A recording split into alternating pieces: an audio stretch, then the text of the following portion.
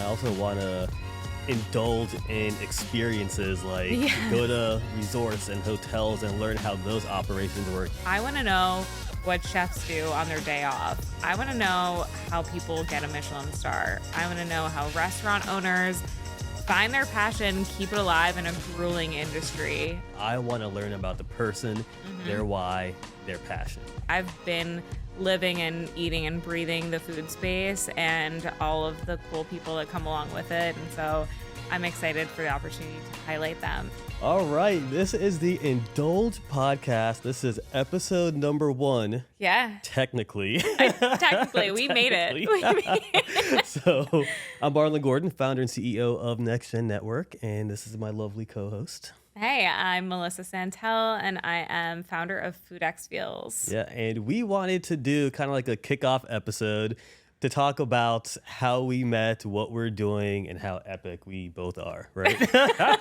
Yes, this entire episode will just be a compliment party, showering everywhere. Well, I mean, every other episode is going to be about other people. That's true. We should take at least one episode to talk about us. Yeah. I think this is a good opportunity to introduce ourselves to people who may not know us, and hopefully our podcast reaches people all around the globe. Hopefully. So, well, I mean, I kind of feel like everybody knows you already. I mean, all right, so let's talk about how we met, okay? Okay. So one of my good friends takes a president or VP role at a company in the area that you had already had a relationship with. That is true.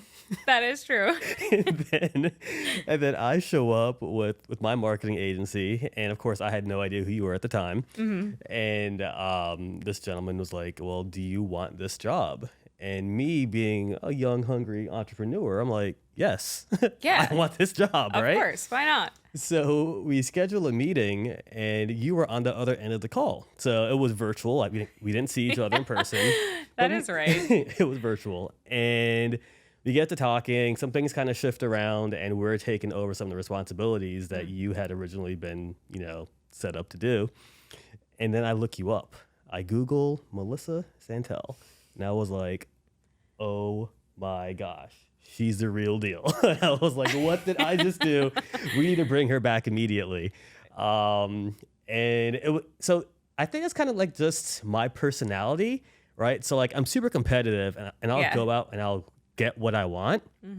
But I respect and I honor people that do amazing things too. And instead of competing with those people, I would rather work with those people so we could do cool things together. Yeah. And when I saw your food photography, I was like, dude, she's no joke. Like, we do video, and we can do photo, we do publications and all that, but like, if there was a Michelin star, and this is how I explain you to my friends, right? I'm like, if there was a Michelin star for food photography, Melissa Santell would have it. I'm going to cry. So, I think that might be the nicest thing anyone ever said about me. So I have to say sorry for the initial interaction that we first had, but then not sorry because it got us here. And you were like super down to earth and willing to collaborate like I was. And it's just been neat ever since. It's been a young friendship, but I see us going places. I know, we're doing all the things. Well, what you left out of that story was shortly after that call, we also realized we had another mutual friend, and she's amazing. She's also in the marketing space, and we were like, okay, is there a synergy between the three of us? Like, what does that look like? Yeah. Can we get together? And then she, like every other human being, is incredibly busy, and we couldn't track her down. So we were like, fuck it, we're having coffee together. Yeah, exactly. Yeah. So we met up for coffee, and that was when I had the full opportunity to learn about you and everything that you've done. And as we were sitting there, I just remember being across the table on the other side, just being like, I'm internalizing everything that you're saying, like this digital magazine and the K through 12 culinary education space, and you're talking about all of these layers and layers and layers of things that you do and all of these brands that you're managing. And I was in my brain, making an org chart of this is who Marlon is.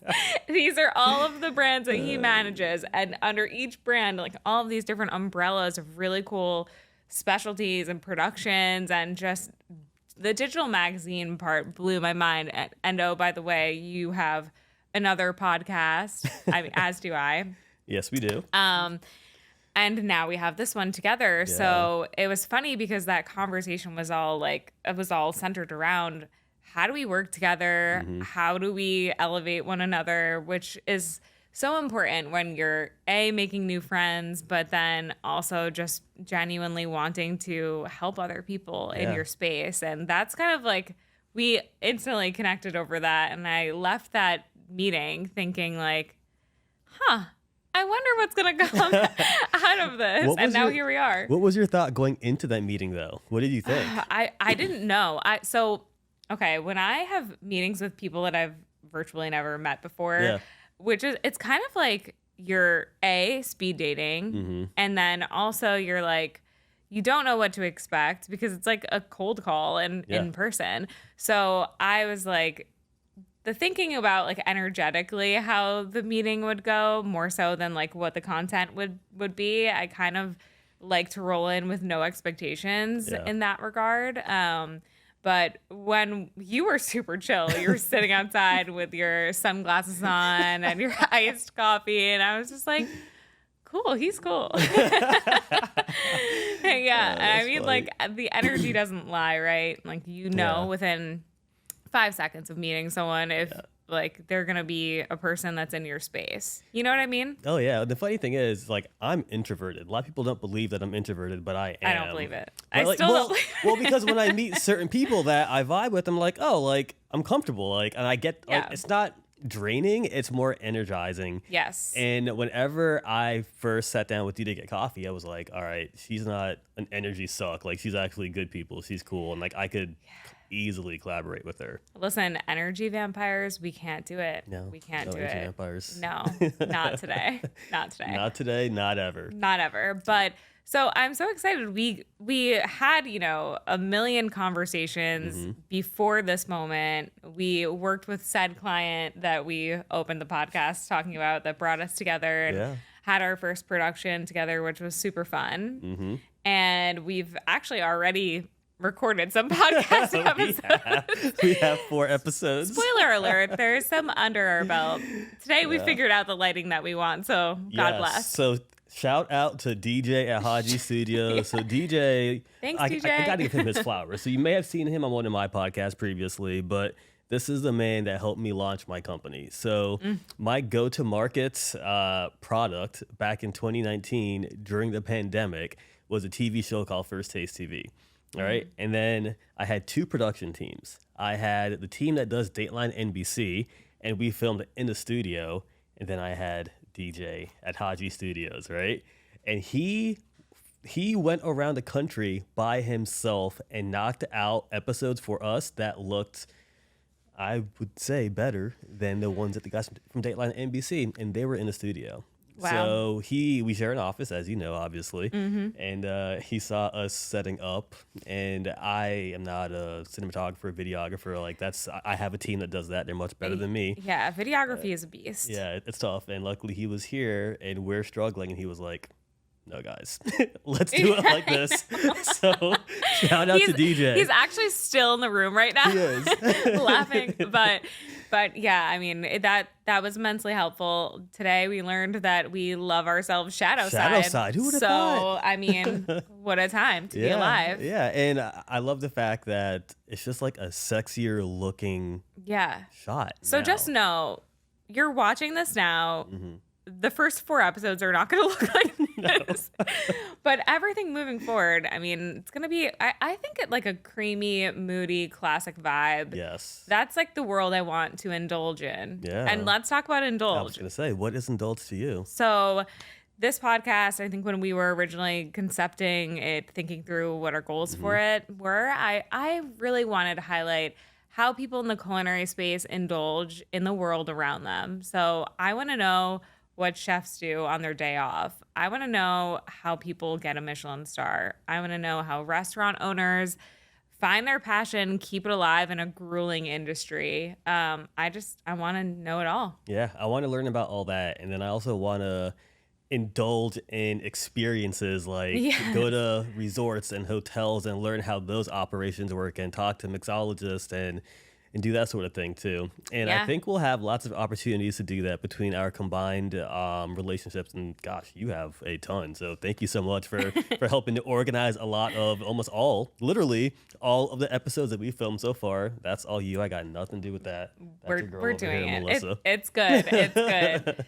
Listen, working in the food space for forever. Yeah. I've been working independently now for 7 years, doing food photography, marketing, consulting, and branding, specifically in culinary and hospitality world. And so prior to that, I was director of marketing of a catering events company in Manhattan. So I guess just like laddering up to everything that's happening now is just like I've been living and eating and breathing the food space and all of the cool people that come along with it. And so I'm excited for the opportunity to highlight them. So thank you. Hey, no, thank you, because you're more of a foodie than me, as we both know, but I love to eat, let's be real. And you were like the perfect person for me to meet to help me launch this. And I've learned, like, I've only been an entrepreneur or business owner for what, like 4 years? We say 4 years now. So I'm young in the game, but I've learned very quickly that you need to find people that are just as qualified, if not better than you, that are willing to collaborate to get to the next level. Like, you can only go so far by yourself. And that's why I was so excited to get a chance to sit down and chat with you. Because I was like, oh my gosh, like together we can take this thing to a whole new level. And we're starting off with the podcast, and then we're going to have a digital publication. And then we're going to film like a TV show. No, not possibly. The TV show is going to happen. The TV show is happening, and I am fired up about that. And we're not just talking about filming here in the States. We're going to be all over the world. Yeah, we're going to go global. We talk a lot about, in these upfront episodes, I mention a lot of times, sorry in advance, I'm talking about Italy all the time. And so, we got to get to Italy. We have to go to Spain. We need to go to France. I feel like there's just so much opportunity all over the world and so many cool stories that need to be highlighted and told. And I'm ready to tell them with you. Yeah. Let's do it. So do you want to kind of give a teaser about who we have on the upcoming episodes? Yeah. So we have Chef Ebby Vilmer, and he has a Michelin star restaurant in Tampa Bay in downtown, and also has grown up in restaurants, internationally, has worked in London and all over. Yeah. Then we have the Feinstein Group. Zach and Christina. They are absolutely amazing. Honestly, like, they're the type of people that you meet and you walk out of the room feeling like a little ray of sunshine because everything that they've said just really warms you up inside. Yeah. Like, I just loved their energy, and I loved their mission and how they work so seamlessly together. And I've had the privilege of shooting at some of their restaurants now, and I've seen those photos. Oh my gosh. Art. It's good when you take photos that make you hungry. Exactly. And you're like, damn, I did it. Yeah. Sometimes they'll post them, and I'm like, who took that? I'm like, no. Oh, that was me. Just like, no, that does happen. It should happen. I saw a video the other day that we were working on for our shared client. It's still in draft form, right? And I saw it yesterday for the first time, and I was like, and I didn't even shoot it. Like, I was just there as partial talent and support. And I saw the photos that you took, and I saw the video that Jamie from our team put together, and I was like, dude, like, we are good. But it's always a team. It's a team. So I'm not taking full credit for anything. Like, it's all the team. Forever and always team effort. Thank you. Thank you. I actually have been dying to see that video, and my lighting assistant asked to see it the other day, so I'll give you a sneak peek. Thank you. Thank Yeah. you. But yeah, it's always so cool and rewarding when you see work that you're proud of, and when you see it in the wild and you forget that you did it because maybe it was like 6 months prior that you were in production, right? Yeah. And then you're like, damn, this is finally making its debut and other people get to see it too. Yeah, absolutely. I think when you're in the creative space and, if you're especially editing content, footage, photography, even an Instagram reel, right? You're spending an intimate amount of time with that client's craft, Yeah. And so then I say this all the time, and it's like, it's kind of like you're sending your kid off to school and then you're like, well, I don't know when I'm going to see them again. Yeah. But I've spent so much time with them on the upfront of this process. And then you see them again and it's just like, it's a happy, fulfilling, rewarding moment. So yeah, it is. Like, there's nothing better to me than a happy client or a happy partner. Yes. So whenever we were showing our shared friend yesterday the snippet of the draft, he doesn't know this, but I was screen recording, and his facial expressions during the entire replay of the 60-second video was absolutely awesome. It made all the hard work and everything totally worth it. That's good. And like for me, it's like, yeah, I love celebrating like what the team does, but for some reason, I love celebrating what other people do and other teams do. Like having these, like the owner from Donatello, like seeing what he's doing in his restaurant. I'm like, I want to support and promote you because you are amazing. And that probably brings me more joy than the stuff that we do internally, honestly. Yeah. Actually, you and I, off the grid, had this conversation the other day about like really evaluating how and where you want to spend your time and energy and taking stock of what lights you up inside. You know, when you wake up in the morning, what are you happy to do? Is it an admin day that you're dragging your feet through, or you have a ton of boring meetings? For me, like video calls are the death of me. I hate them. I wish they never existed. Brutal. I'm just like, guys, I can have like a coherent, intelligent conversation with you without looking at yours and my face. Mm-hmm. You know what I mean? It's like not natural. I got to ask you a question though. When you get ready for a video call, are you business up top and then PJs on the bottom? Or are you fully committed? I'm a mixed bag. You're a mixed bag. Sometimes I'm just getting out of yoga. And I'm like, so I can't be on camera today because A, I don't want to, and also because I look like an animal. Like, you don't want to see me right now. Oh, that's funny. But yeah, I mean, usually I'll try, if I might throw a blazer on, you know, just button it up, a little statement necklace, but usually I'm yoga pants on the bottom or, you know, whatever. That's funny because I hate being on a Zoom call or whatever and not being on camera. Like I would rather be in person, but I'm such like, it feels weird saying this, like I'm introverted, but I'm a like face-to-face type of person. So like, I want to see you because for me also, like I want to read the expressions on your face because strategically, like I could probably get more of what I want out of that conversation if I can see what you're thinking or how you feel, or like if I tell you something and I'm not explaining it correctly and it's all over your face. Well, now I have a chance to explain it the right way. So I'd rather be face-to-face.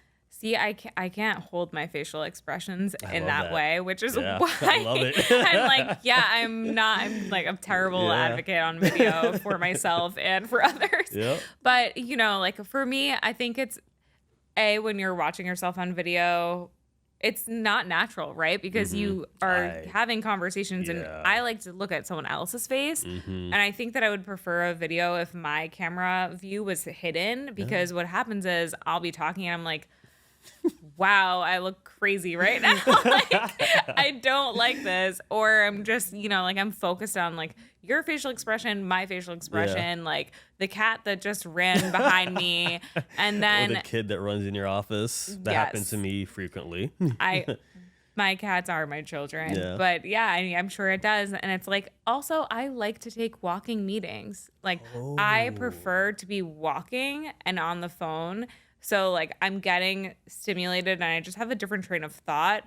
And when I'm on video, I have to be stationary and it kills me. I've never thought about that. I should try that. Yeah, I'm telling you, it'll just like open up your mind so much. It's the same kind of concept when you're standing in the shower and you're in kind of complete silence and you have this moment to yourself. Yeah. When you're walking and you're on a call, it gives you that same weird euphoric feeling where you're like, I'm absorbing everything around me. Yeah. But at the same time, like my thoughts are just, I don't know, they're coming to me easily. Flowing. I feel like I would get distracted walking around. Like I can totally relate. I can see what you're saying. I can envision it. Yeah. But I get distracted way too easily. Oh no. I'm gonna try it though. Maybe we should do walking podcasts. I would love that. I'll just hold those tiny microphones like they have on TikTok. That's funny. Yeah. But for meetings, though, I like to stand up. I find that I'm more energetic when I stand up for a meeting Yeah. when I'm sitting down. Yeah. You know what? I'm also usually taking meetings at my house, which is like a solid 70 degrees at all times because that's just, Bryce's MO with the air conditioning. And I've accepted it, but I'm like, I can't wear a parka in this meeting or be wrapped in a blanket. So, I prefer to be walking outside. That's funny. What if every podcast we just wore parkas and I mean, that could be our brand. We can make it our brand. Yeah, parkas all day. Parkas all day, every day. Yeah, no, I would love for us to be like drinking champagne on this podcast, eating caviar, taking olive oil shots. We have done that, but we should have to do it again. Yes. I really want to be able to add some sort of like food component. Like in my past life in Sunday Sauce podcast, I had a couple of guests on that were mixologists, and they rolled up and they were the sweetest human beings, just with this cool cocktail that they shook, and we drank on camera together. Wait, who are you talking about? You talking about Kim and Shaw? Kim and Shaw, yes. They're so good. And it was actually one of the most listened to episodes on my podcast. And I was like, wait, I think that we need to have a drink every time. Yeah. So their personalities and their expertise is next level. They're amazing. So I had a chance to interview both of them and film kind of like a highlight reel for a past project that we did for the Marriott. And they are amazing. Actually, I watched it. Yeah. I watched the interview. Thank I you. did. Yeah. Thank you. Yeah, they are amazing. They just have great energy, and they're great humans, and they know their craft in and out. And it's like, when I can walk away from an episode, and this is like, I know I'll feel this way about Indulge too. When I walk away from an episode, I'm like, I learned something and I'm happier and I'm lighter. It's like one of those moments again, like where you're taking stock of like, this is how I want to spend my time and this is who I want to give my energy to. Like these conversations, just, like really digging deep behind people's why and purpose and the culinary space just lights me up inside, Yeah, I just love people, and I think one of the reasons why I got into podcasts is because I just want to support people for one, but then I just want to learn because there's so much to learn out there, and I don't know anything. Yeah, so let me talk to all these smart people and learn some stuff and help support them, and make the world a better place. I love that. Have you ever taken the Strength Finders test? Oh gosh, I did. You did. I did. Wait, is that the one that has like win others over and I forgot my top 3 or top 5 were. So I'm thinking of the Engram test. Yeah. Yes. So Strength Finders, they give you your top 5 strengths, but you get a full comprehensive 30. Yeah. And in my top 5, I actually had to take it at a former job that I worked at, which was amazing. It was in a marketing agency that was focused on food and beverage. And of course, our CEO is like, hi, everyone's taking the Strength Finders test, because she actually made a full grid and saw how our strengths, weaknesses, and who was compatible working with one another, which was pretty cool. Brilliant. Yeah. She is just like a marketing powerhouse. Anyway, in my top 5, learning and adaptability and input were in there. So it's like, I really love to absorb information. And it's like, when I find someone, or like, as you were saying before, someone who's smarter than you or better than you or has really cool like input to share, it really captivates me in a way that I'm like, wow, I'm inspired. And what better feeling than being inspired in a category that you love? Like exactly. The food space is cool as hell. We'll have to go back and look at my results, because I know I've done that before, and my top 5 are not your top 5. We're probably the complete opposite. Maybe. But that's why it works, though. Yeah. That's why it works. Yeah. That's so funny. All right, so we had the, from Donatello's. Yes. Gino, he was awesome, and he actually so my family and I went to go have dinner that evening after we did the podcast. Oh yeah. And the service there is exceptional. The food is exceptional. It was just I don't think I've ever gone to a restaurant and had that type of experience before. Yeah, it's definitely very unique to Donatello, and you can just feel the history and the institutional family values that were passed down in the service model. And I know that's like some jargon. Those are just words that I'm saying, but when you walk through it, you really do get the sense of, this is a family restaurant. It is hard body Italian, Gino grew up in Venice, right? Like Yeah. in the streets playing soccer Yeah. when his family were working at the fish market. And, you know, he told us that whole story on our podcast episode that's coming. So you got to watch it. Yep. But yeah, it was just so illuminating It to was. know the backstory behind Donatello and what it means to him and his family. And man, It was cool so seeing like the synergies between you two and like being in the same places and experiencing similar things in Italy too. So that was a neat episode. I like that one. Yeah. And, you know, then we talked all about olive oil in another episode. Yeah. Yes. Did my first olive oil shot. Yeah. And I learned that I should never leave my Walmart, no offense to Walmart, my Walmart bought olive Offense to oil Walmart. in the plastic container sitting in front of the window in front or next to my stove. Because that's Yeah. bad. Yes. Olive oil does not like heat. It can go rancid. Yeah. Yeah. Apparently so. Yeah. And I was talking to my wife about that episode, and I was like, I never really considered the fact that they compare like olive oil and olives to wine and grapes. And she was like, "Are you stupid or something?" She's like, "Don't you work in the food industry?"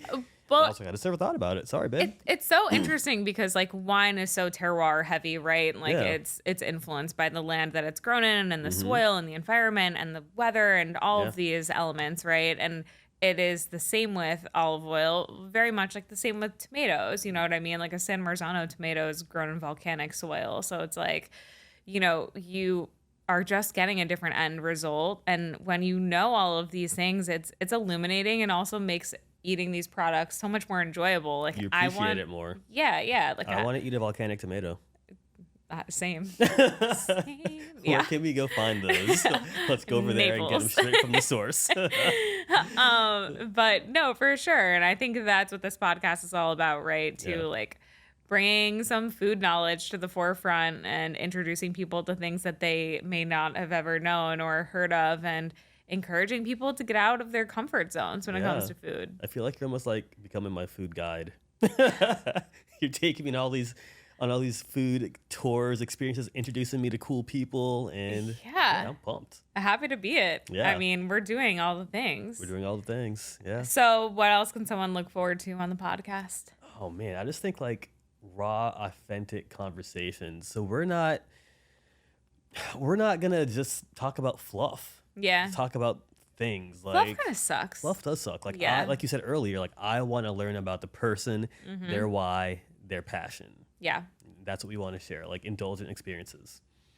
Yes. And I think when we do have the TV component too, we'll be able to dive deeper into the experiential side of it and really bring viewers where they want to go and where they haven't been before, Yeah. and whether that's behind the scenes in a kitchen while a chef is preparing something, or in an incredible restaurant that's on the other side of the country that may have been on their wish list to get to, but we can get them there first. Yeah. After watching every episode, our audience is going to either want to go to this place, Yep. they will either go to the place, or they will experience it through us, which I'm excited about. Exactly. Yeah. I mean, you went to Donatello right after our episode. Did. I That think same night. like a mere hours after we recorded, you were like, you know what? I got to get in there. I gotta get in there. Gotta get in there. And the thing is too is like it's so hard. My kids are picky eaters, and they loved everything on the menu there. There wasn't one thing That's they a tried win. and didn't like. Yeah. It's crazy, and that never happens. Yeah, their menu is really approachable. Was Gino there? Gino was there. Yeah, I got a picture with Gino there. Met his staff, and So it was special. cool seeing him interact with Yeah. his staff and then with the guests that were in the restaurant, because he is authentic and he loves what he does, and I it is know. clear. I know. And they're all speaking Italian. It was wild. I felt like I was in Italy. Yeah. Yeah. The red up lighting gets me every time. Yeah, it does. Like if you want to take a picture, just know like it's Yeah. going to be red, It's very but red. you know what? It adds to the experience. Yeah. He has some cool artwork too around the restaurant that his family actually created. So that's neat. Good Yeah. experience. And the restaurant itself is gargantuan. Yeah, It's it is. huge. It is. It's huge. It's good But times. yeah, I'm really excited for what's in store, Likewise. and we're gonna do food, life, Food, restaurant, life, drinks, drinks. hotels. Yeah. What else are we gonna highlight? I don't know. Like, let's do some fun, like adventurous stuff too. Okay. adventures around food. You know, I went truffle hunting earlier this year. Did you? Yeah. What was that like? And that's something that would be so cool to highlight. We should do that. It was amazing. It was right outside of Florence. And I went with Savini Tartufo and Bryce, and we essentially took their 3 truffle dogs out.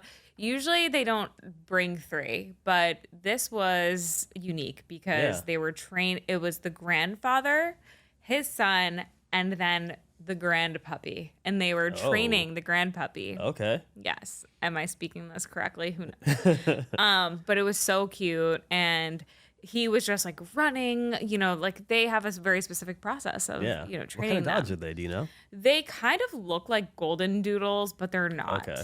I don't know the specific breed, but I'm sure we can pop that into the show notes. Wait, hold on a second. Is this where your truffle necklace came from?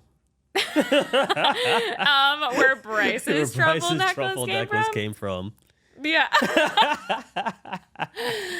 LOL, I don't normally wear Bryce's jewelry except today. But here we are.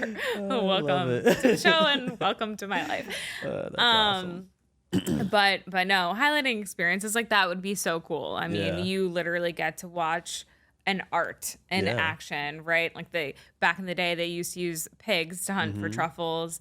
And now they're using these special breed of dogs, and they're bred for generations. That's crazy. That in itself, it's nuts. Yeah. I mean, they told us a story that they had a border collie, and I have a soft spot for border collies because I grew up with 2 of them. Okay. But they had one, and it was like the worst truffle hunter of all time. It never found anything. It was lazy, which is, you know, not really like indicative of a hunting dog. A border collie is like, they're normally psycho, like they're herding dogs. So yeah, they brought him out one day, and it was like gonna be his last day because they were just like, we gotta retire this dog and bring it inside. Like it sucks at this job.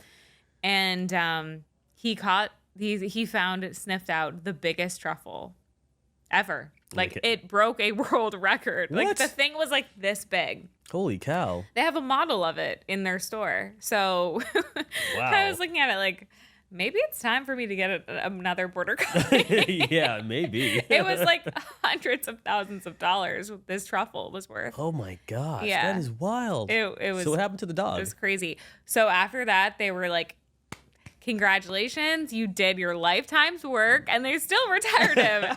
And he lived a nice little cushy life indoors Good for the him. rest of his days. Yeah, like stuff like that would be fun. Yeah, for sure. I mean, and it's also things like, these are once in a lifetime experiences. You know, you have to travel for them. They're expensive, and you have to really be dedicated to want to know about food or like where your food comes from in order to invest in something like that. So being able to show people the behind the scenes would be cool. That would be really cool. I actually met a guy at the National Restaurant Association show this past May, and he was the owner of a company based out of New Zealand, and they were ranchers. But what they had, or what they raise, are deer for venison. And it's been in the family for years. And whenever I explained to him what we did, and I told him about you and the podcast and all that, he was like, 1, can I please be in the podcast? And 2, do you want to go to New Zealand? And I was like, yes. Yes, we want to go to New Zealand. Fly us there. And that stories like that, it's just like, they're unassuming stories that aren't like, you know, we're just interviewing a restaurant owner or interviewing a chef. You're getting to the like farm and purveyor level, you know, which is so cool that we can hit all the corners. Yes, we can. Of the world. All the corners of the world. Can't wait to do it. Well, Melissa, thank you so much for taking that first coffee meeting with me and not putting me on the blacklist after the whole thing happened originally. I appreciate that. Thank you. Yeah. Thank you for stealing my client, except not. Well, now they're our client again. Yes, exactly. Yeah, I was too smart not to bring you back in because, like I said, you're next level. It's been a ton of fun getting to know you, having these conversations, and planning for the future because I think we have some pretty cool things we're going to be doing, as you mentioned earlier. Yeah, we definitely do. And right back at you. It's been such a fun journey so far. So, and guess what? All of you guys out there get to come with us. So, thank you. Yeah. Thank you guys. Appreciate you watching. And how can they get in touch with us?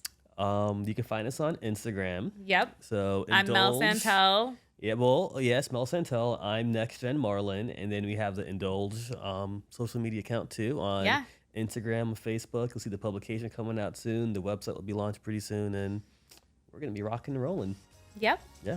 Amazing. Well, connect with us. If you guys have any feedback, any guest recommendations, we want to hear it. So feel free, as you're listening, as you're watching along, send that our way. Send it our way. We want to know who to talk to, where to go, and how to help you guys indulge. Indulge with us.